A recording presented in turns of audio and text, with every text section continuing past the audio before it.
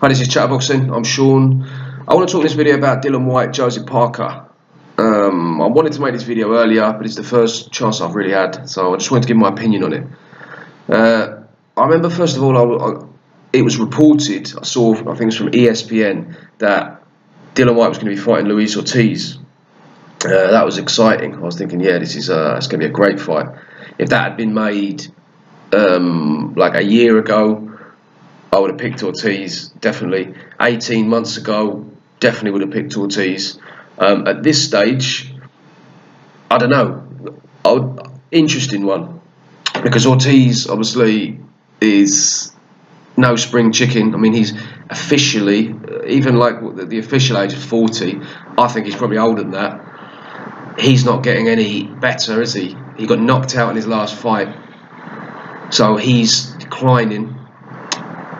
Dillian Whyte, in contrast, is getting a lot better, in my opinion, anyway. And he's taking on some pretty tough opponents. Okay, Lucas Brown turned up in a pretty bad shape, but still, he was a dangerous opponent. He looked good. He obviously prepared very well for it, investing a lot in himself in terms of training. Robert Helenius as well. Okay, at that stage, not one of the best in the world, but still a solid contender, same as Derek Chisora. So he's sort of progressively been getting quite a bit better. He's obviously quite a lot younger than Ortiz. It would have been a very interesting one, and I was really looking forward to seeing it. Pulev, again, I would have been very interested in seeing that as well. I would have been happy with either of those two, to be honest with you. Joseph Parker, I didn't see it coming, but that's another great fight. All three of them I would be happy with. Now, if I had to pick a priority out of the three, I would have probably gone for Ortiz first, Joseph Parker second, and Pulev third. Now, Pulev is, that would have been IBF. Now listen, I like the IBF. I like the way they do their business. I think they're a serious organisation. They enforce the mandatories. We saw that with Golovkin recently did the same with Tyson Fury. They don't mess about. So they are a serious organisation. They don't appear to be as blatantly corrupt as a lot of other ones. So if you'd gone that IBF route, I think you could have definitely trusted them to enforce the mandatory. The WBC one, obviously, they've just sort of messed them about, and you don't really know what you're going to get with them. But in terms of the IBF, yeah, that would have been a pretty solid and reliable route to a world title. But one thing I don't understand is why Pulev would have been getting 75% and Dillian Whyte would have been getting 25%. Two contenders. That doesn't make much sense to me. It seems quite unfair. Well, it seems very unfair. Now, if Pulev was the champion, Dillian Whyte was a challenger, fair enough. But two contenders, for the difference to be that big, to me seems a bit silly. So I can understand why Dillian Whyte didn't want to go and fight in Bulgaria for 25% of that purse instead of fighting in his hometown against Joseph Parker. It's just a bigger fight, more credible opponent, really. I mean, you could say Pulev's credible. Joseph Parker's probably a bit more credible at this stage, for a load more money.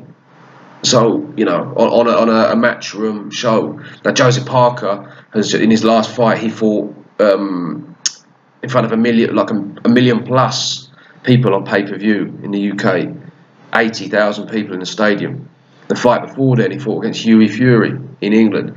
So he's got a big name in England. He's very high profile among boxing fans and even casual fans, because he fought Anthony Joshua.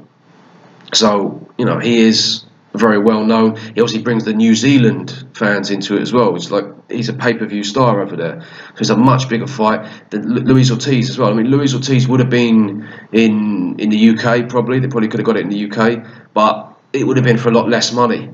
Now, and it would be, what would be a harder fight, Luis Ortiz or Joseph Parker? I mean, that's sort of debatable, isn't it? I mean, Luis Ortiz is more skilled, but Joseph Parker is much quicker, much younger. I mean, personally, I think that Luis Ortiz got knocked out in his last fight, and he sort of gassed out quite a lot, didn't he? I mean, I don't know. They're both tough fights. I think Luis Ortiz is probably a bit better, but they're both tough fights, and they're both credible fights. And Joseph Parker would obviously be for much more money.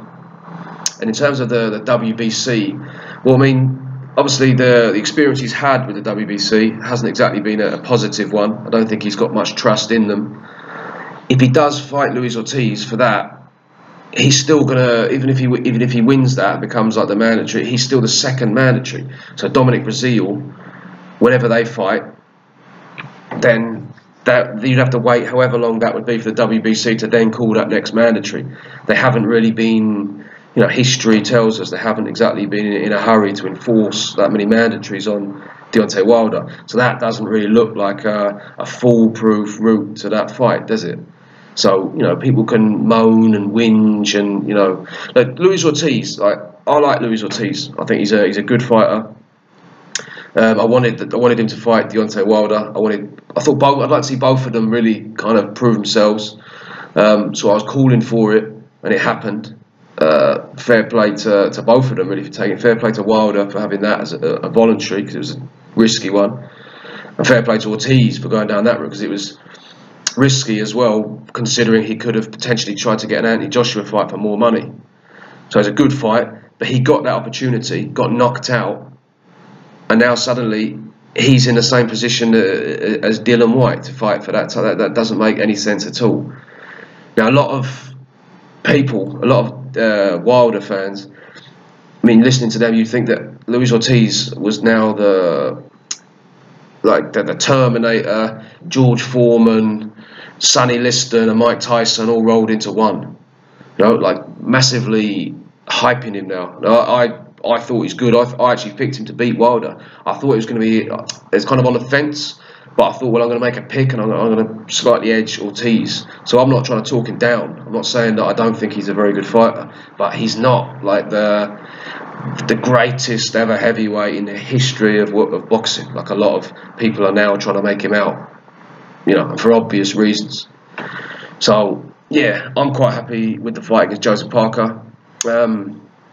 Joseph Parker in his last two fights didn't really impress, did he? Against Anthony Joshua, he was quite negative, didn't really want to engage. Maybe it was the occasion, it was very big. Maybe it was Anthony Joshua's sort of physical presence in there. It just, you know, maybe it was a combination of things, but he was quite negative and didn't really put on a great performance. Against Hughie Fury, again, it wasn't particularly impressive. Now, that was a difficult one, obviously. Hughie Fury was quite negative himself in that fight, and he was fighting on the back foot. But Joseph Parker, presumably, is looking to put on a good performance, and he's going to want to redeem himself. Now, Dillian Whyte is different to Anthony Joshua. He's not as powerful and strong. So I think that's what put Parker onto the back foot for most of that fight and made him a bit tentative. You'd think that with Dillian Whyte, he's probably going to open up a bit more and really try and go for it. So it has the potential to be a very entertaining fight. It might not be if Joseph Parker just kind of boxes on the back foot again and, you know, tries to, you know, just jab and move, and then, you know, it won't be. But I don't think that's going to happen. Or at least there's a good chance it won't happen with him, with all things considered. Dillian Whyte is on a good run of form. He's very hungry.